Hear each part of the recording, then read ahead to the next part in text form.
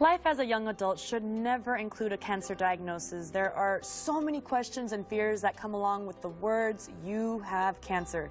But thanks to people like Dr. Adolescent with University Health System, we have a little bit of help, a little bit of sigh of relief, because what you guys have going on is really special. Thank you for being here. Absolutely. Thanks for having me. So tell me a little bit about the Adolescent and Young Adult Cancer Program. Yeah, so I'm actually a pediatric oncologist by background, and so I care for teenagers, but we also know that many young adults can also be impacted by a childhood type cancer. It makes it really challenging for that particular population because if you're 20, you don't really think to seek care from a pediatric oncologist. You're probably presenting to an adult cancer center, but there may not be all the resources in place that are needed for very young adults, since most of those centers are designed for older adults, because cancers more proportionately impact older adults than younger adults. And so, the pediatric or childhood cancer setting isn't ideal for older teens and young adults, and the older adult cancer center isn't ideal either. This population really represents a gap. And when I say adolescent and young adult, the National Cancer Institute defines this population as age 15 to 39 at the time of diagnosis. Wow. So that's a big range, but it captures a lot of early life events as well.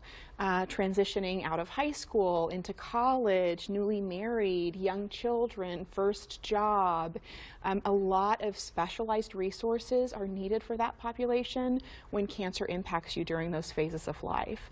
So the Adolescent and Young Adult Cancer Program really is built out of a partnership between UT Health San Antonio and University Health System, and it's designed to capture this population to address those unique needs and phase of life issues that they experience while walking through cancer, to really try to optimize their survival outcomes and also their quality of life while they're going through it, and to create a social space so that they're not alone and isolated in that experience. Yeah, absolutely. That age, I was diagnosed at age 21, and so I remember being like, what? And so when I walked into the chemo center, luckily I was in a private room, but not all of them, not everyone has a private room, and so there's the big room where everyone's getting their infusion. You just kind of feel it's a setting of, it's quiet, it's a little darker, so I like that what you're saying, the AYA brings maybe a little light to that dark time in their life. What kinds of things do they do? Or you have counseling, stuff like that, correct? Sure. So some of the components of the program include a new adolescent and young adult cancer unit. So previously, if you were an older teen or young adult, depending on what your cancer diagnosis was, you may be on one of multiple floors in 3 different towers of University Health System. And it's like that in any other hospital as well. The patients are maybe grouped by the cancer type or the service that they're on, not by their age. And the problem with that is if you look to your right and left, probably everyone around you is nowhere close to your age.